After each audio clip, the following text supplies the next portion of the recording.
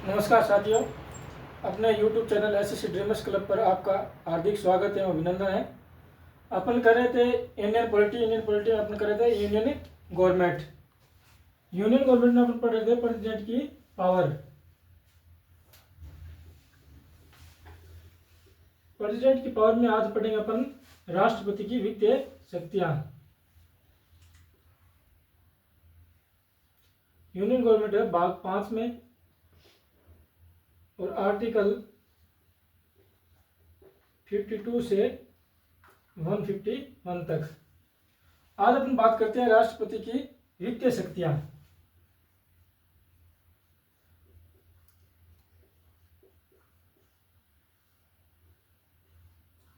राष्ट्रपति की वित्तीय शक्तियां हैं वो आर्टिकल 112 में है।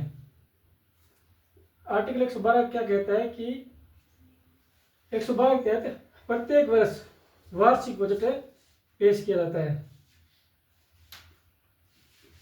आर्टिकल 112 की बात करें तो आर्टिकल 112 में वित्तीय बजट है जो बजट है प्रस्तुत करने से पहले 60 दिन के भीतर धन विधेयक को लोकसभा में पारित किया जाता है। धन विधेयक को 60 दिन के अंदर धन विधेयक को लोकसभा में पारित करना होता है।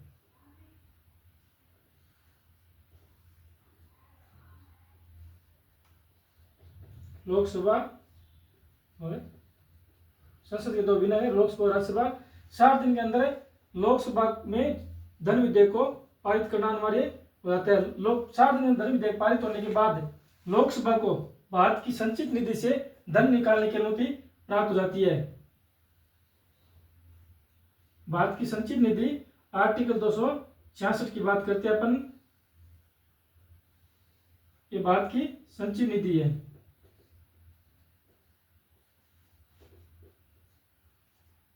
आर्टिकल 266 निधि है। इससे लोकसभा को धन निकालने की अनुमति या इसकी चाबी मिल जाती है कि अपना धन निकाल के वित्तीय बजट में जो अपन ने दी है उस पर खर्च कर सकते हैं। ये धन है नहीं, ये धन किस क्षेत्र में खर्च किया जाता है इसके बारे में अपन चर्चा करें तो संचित निधि से धन है। संचित निधि से राष्ट्रपति के भत्ते और राष्ट्रपति का वेतन दिया जाता है, उपराष्ट्रपति का भत्ते और वेतन दिया जाता है। और खर्चे की बात करें इसका तो बजट क्या करता है, उसमें रक्षा, स्वास्थ्य, विकास, रोजगार, शिक्षा के क्षेत्र में और रेल, इन क्षेत्रों में इस धन को खर्च किया जाता है बजट में। और ये धन खर्च किन किन क्षेत्रों में खर्च हुआ है, कैसी हुआ है, इसकी जो रिपोर्ट तैयार करता है, अंकेक्षण करता है, वो नियंत्रक मालिका परीक्षक द्वारा की जाती है। इस रिपोर्ट का इस जो धन है ये कहाँ खर्च किया गया है इसका अंकेक्षण है नियंत्रक मालिका परीक्षक द्वारा किया जाता है।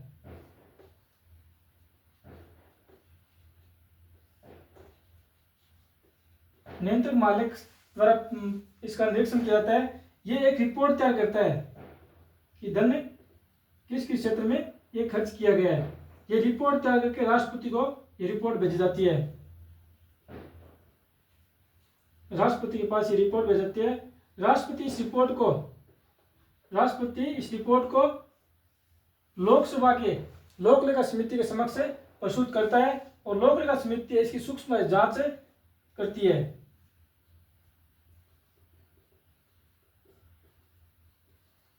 लोक लेखा समिति है इसकी। राष्ट्रपति इस रिपोर्ट को लोकसभा के लोक लेखा समिति के समक्ष प्रस्तुत करता है और ये जो समिति है इस रिपोर्ट की सूक्ष्मता से जांच करती है। अब बात करें आर्टिकल 112 की। 112 क्या कहता है? 112 में वार्षिक वित्तीय बजट है, यानी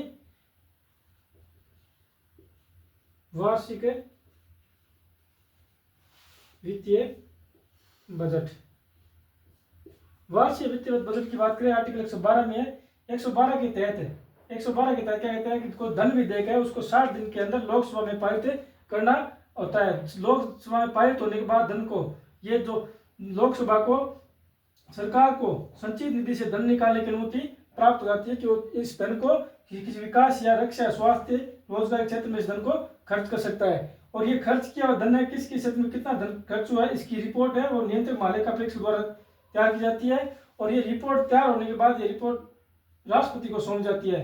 राष्ट्रपति इसकी सूक्ष्म जांच के लिए लोकसभा के लोक लेखा समिति के समक्ष इस रिपोर्ट को भेज देता है। अब यही बात करें तो आर्टिकल 266 में क्या है, राष्ट्रपति के पास है आकस्मिक निधि। आर्टिकल 266 में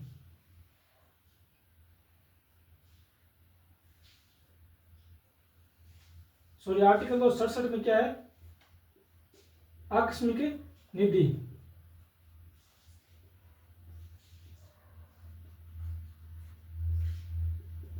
आकस्मिक निधि लगभग 500 करोड़ रुपए इस निधि में होते हैं, जिस पर नियंत्रण पूर्ण रूप से नियंत्रण राष्ट्रपति का होता है। यह धन जो खर्च करने के लिए है ना, वो राष्ट्रपति इस धन को किसी भी क्षेत्र में खर्च कर सकता है। नियंत्रण राष्ट्रपति का होता है। आर्टिकल 200 ये जो धन है ना, ये धन है आपदाओं व अकाल की स्थिति में राष्ट्रपति जन सहयोग में इसको खर्च कर सकता है।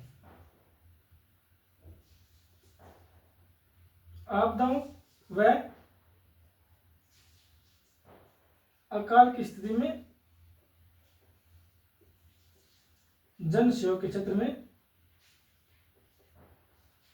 जन सहयोग के क्षेत्र में इस धन को खर्च कर सकता है। राष्ट्रपति की वित्तीय शक्तियों की बात करने अपन तो ये राष्ट्रपति की वित्तीय शक्ति है जिसका इस तरह से प्रोसेस चलता है। अब आगे अपन बात करेंगे राष्ट्रपति की वित्तीय शक्तियों। आर्टिकल 280 की बात करते हैं। पहले आर्टिकल 280 क्या कहता है कि राष्ट्रपति द्वारा प्रत्येक 5 वर्ष बाद, प्रत्येक 5 वर्ष में वित्तीय आयोग या वित्तीय समिति का गठन किया जाता है। वो जो वित्तीय समिति होती है वो राज्य सरकार व केंद्र सरकार के बीच में करों का बंटवारा करती है।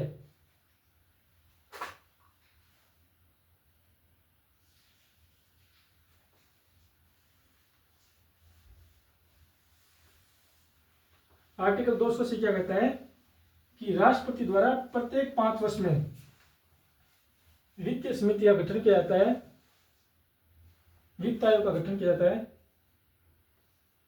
आर्टिकल 280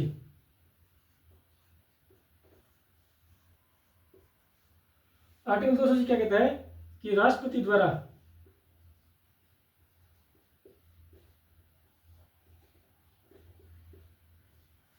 द्वारा प्रत्येक 5 वर्ष में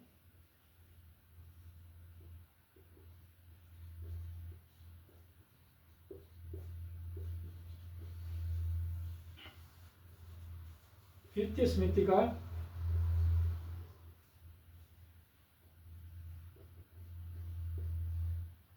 गठन किया जाता है।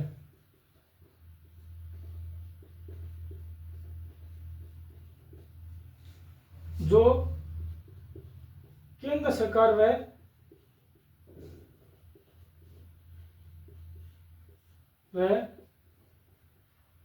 राज्य सरकार के बीच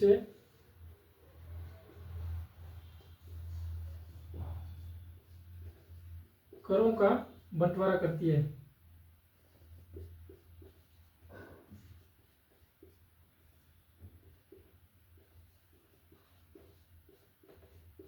करों का बंटवारा करते हैं। अब बात करें तो अब जो वित्त आयोग चल रहा है वो 16वां वित्त आयोग है। 16वें वित्त आयोग के जो अध्यक्ष है वो डॉक्टर अरविंद पनगड़िया है। 16वें वित्त आयोग के अध्यक्ष है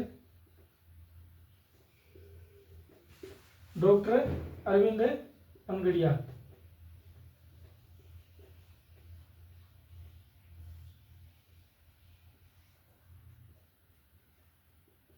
अब बात करें डॉक्टर अरविंद पनगड़िया ने किन का स्थान लिया था कि 15 वित्त आयोग के अध्यक्ष कौन थे।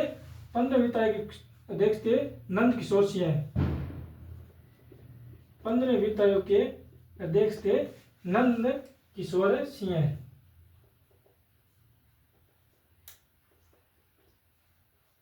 नंद किशोर सिंह। यानी आर्टिकल 280 क्या कहता है? आर्टिकल 280 कहता है कि राष्ट्रपति द्वारा प्रत्येक 5 वर्ष में एक वित्त आयोग का गठन किया जाता है जो केंद्र सरकार और राज्य सरकार के बीच में करों का बंटवारा करती है। 16 वित्त आयोग के अध्यक्ष कौन है? डॉक्टर अरविंद पनगड़िया। अब आगे अपन बात करते हैं भाग 5 में राष्ट्रपति की पावर, आपातकालीन शक्तियां।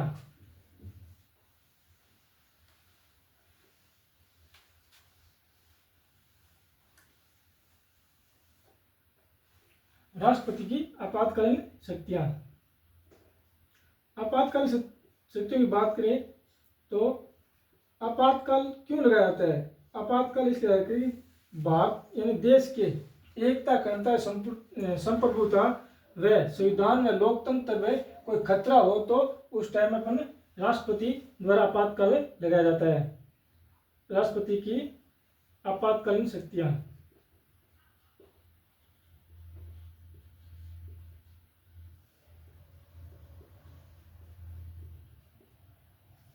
आपातकालीन शक्तियां राष्ट्रपति द्वारा आपातकाल 3 प्रकार से लगाया जाता है। उन 3 पर बात करें तो पहला आपातकाल होता है राष्ट्रीय आपातकाल। राष्ट्रीय आपातकाल। राष्ट्रीय आपातकाल की बात करें तो आर्टिकल 352 में है। आर्टिकल 352 क्या कहता है कि राष्ट्रपति द्वारा राष्ट्रीय आपातकाल लगाया जा सकता है। आर्टिकल 352 राष्ट्रीय आपातकाल किस कारण से लगाया जाता है? इसका कारण क्या है? राष्ट्रीय आपातकाल लग सकता है। राष्ट्रीय आपातकाल लगने का कारण क्या है कि आंतरिक सशस्त्र विद्रोह के कारण। पहला कारण तो क्या है? आंतरिक सशस्त्र विद्रोह है।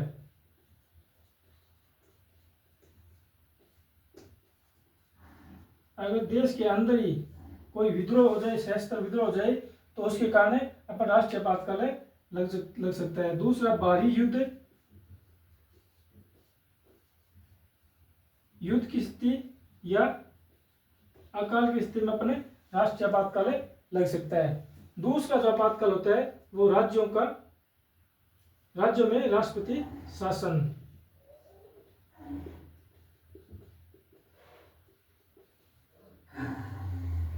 राज्यों में राष्ट्रपति शासन। राज्यों में राष्ट्रपति शासन कब लगाया जाता है? जब कोई राज्य सरकार निलंबित हो जाए या संविधान के अनुसार कोई कार्य नहीं करे तो वहां पे राज्यपाल की सिफारिश से राष्ट्रपति द्वारा राज्यों में राष्ट्रपति शासन लगा दिया जाता है। इसका आर्टिकल 356 में के तहत इस आपातकाल को लगाया जा सकता है। इसकी बात करें अपन तो इसका मुख्य कारण क्या होता है कि राज्य सरकार विफल होने पर, किसी स्टेट की जो गवर्नमेंट है वो अगर विफल हो जाए तो वहां पे राष्ट्रपति शासन लगाया जा सकता है। और दूसरा कारण की बात करें तो केंद्र सरकार के आदेशों को न मानने पर भी राष्ट्रपति शासन लगाया जा सकता है। केंद्र सरकार के आदेश न मानने पर भी राज्य में राष्ट्रपति शासन लगाया। तीसरे आपातकाल की बात करें तो तीसरा है वित्तीय आपातकाल।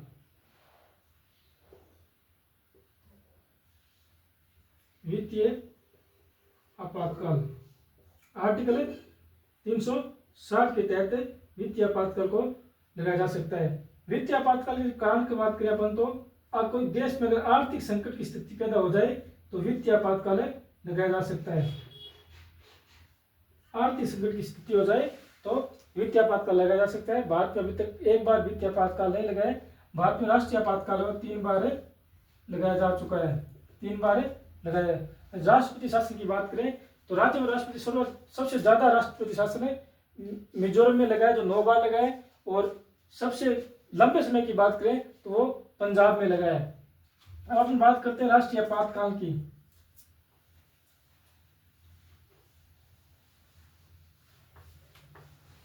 राष्ट्रीय आपातकाल की बात करते हैं।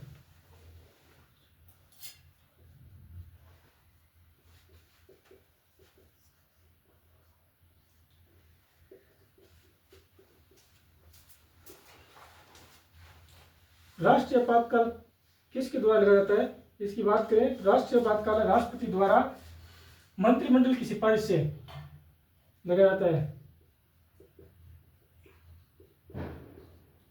राष्ट्रपति द्वारा सिफारिश, मंत्रिमंडल की सिफारिश से।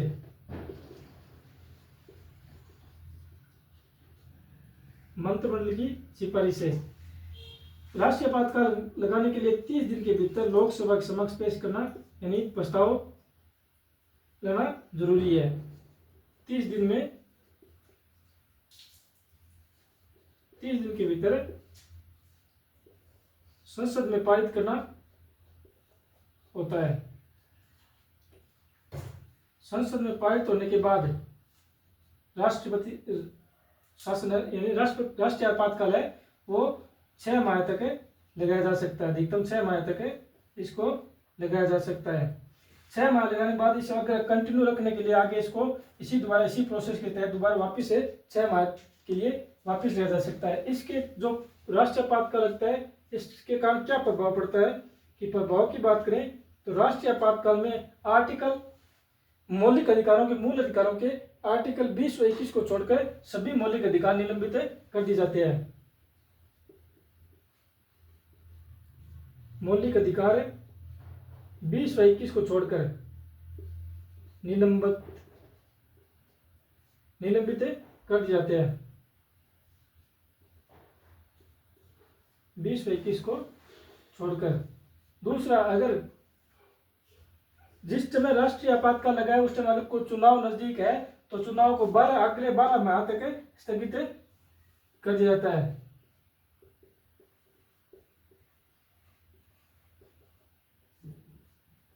चुनाव को अगले 12 माह तक स्थगित कर दिया जाता है। जैसे ही राष्ट्रीय आपातकाल हटता है उसके हटने के 6 माह के अंदर अंदर चुनाव को करवाना भी अनिवार्य होता है। राष्ट्रीय आपातकाल की बात करें तो भारत में राष्ट्रीय आपातकाल 3 बार लगा अब तक। उन तीनों बारों की अपन चर्चा करते हैं। 1961 से 65 के बीच, और 1971 से 75 तक, और 1975 से 78, 3 बार राष्ट्रीय आपातकाल लगा है।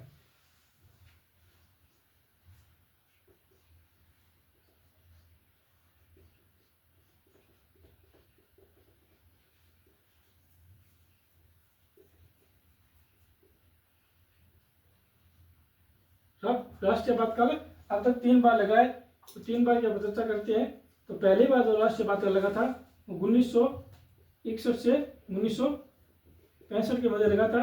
1961 में और 65 में लगा था। 1962 में भारत और चीन के युद्ध के कारण, 1962 में भारत और चीन युद्ध के बीच, चीन युद्ध के कारण राष्ट्रीय आपातकाल लगा था। इस समय भारत के जो प्रधानमंत्री थे, पीएम थे, वो जवाहरलाल नेहरू, और इस टाइम जो राष्ट्रपति थे वो थे डॉक्टर सर्वपल्ली राधाकृष्णन, राष्ट्रपति। भारत चीन के 1962 के युद्ध में जो प्रधानमंत्री थे उस टाइम वो थे जवाहरलाल नेहरू, और राष्ट्रपति थे सर्वपल्ली राधाकृष्णन।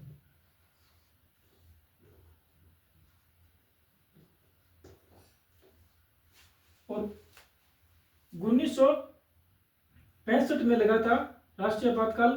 तो उस टाइम भारत और पाकिस्तान युद्ध के कारण राष्ट्रीय आपातकाल लगा था।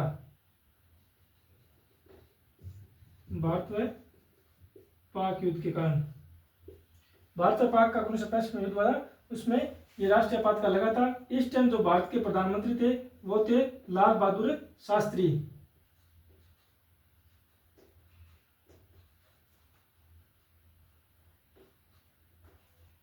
लाल बहादुर शास्त्री। और इस टाइम जो राष्ट्रपति थे वो डॉक्टर सर्वपल्ली राधाकृष्णन।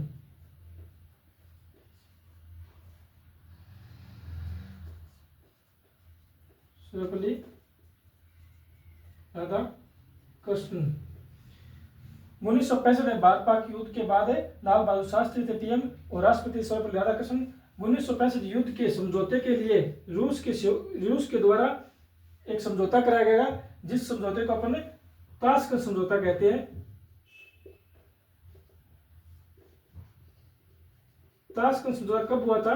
1966 में भारत और पाकिस्तान के बीच, और उस टाइम पीएम थे लाल बहादुर शास्त्री। इसी ताशकंद समझौते में लाल बहादुर शास्त्री जी का निधन हो गया था। अब हम बात करते हैं 1971 से 75 के बीच की राष्ट्रीय आपातकाल की।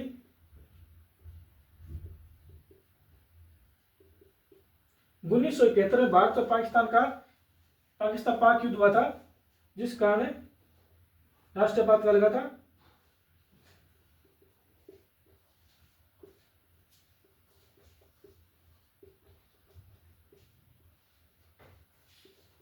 भारत और पाक का युद्ध हुआ था। इस टाइम जो अपन बात करते हैं तो भारत की प्रधानमंत्री थी इंदिरा गांधी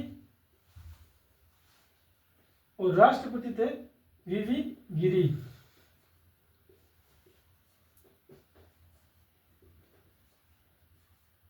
राष्ट्रपति थे वीवी गिरी। और 1971 में जो युद्ध हुआ था, इसका समझौता हुआ था 1972 में। उस समझौते को अपन कहते हैं शिमला समझौता। भारत और पाकिस्तान के बीच हुआ था, उसे हम कहते हैं शिमला समझौता। और 1975-78 के बीच जो आपातकाल लगा था, वो आपातकाल का कारण क्या? आंतरिक अशांति थी। आंतरिक अशांति के कारण 1975-78 के बीच आपातकाल लगा था, राष्ट्रीय आपातकाल। इस टाइम पीएम थी इंदिरा गांधी और राष्ट्रपति से फखरुद्दीन अहमद।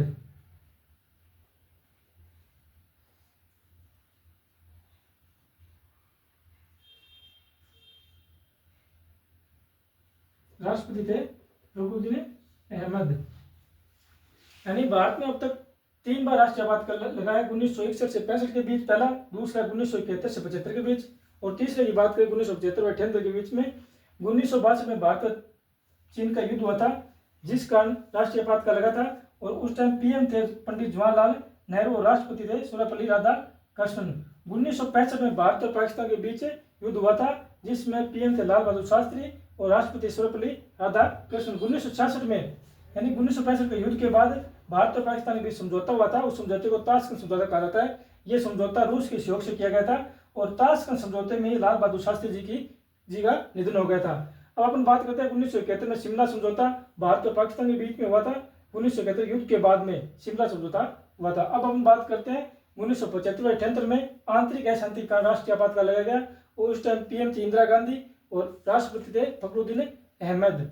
आज अपन इतना ही करते हैं, कल इससे आगे कंटिन्यू करेंगे। आज के लिए इतना ही। जय हिंद, जय भारत।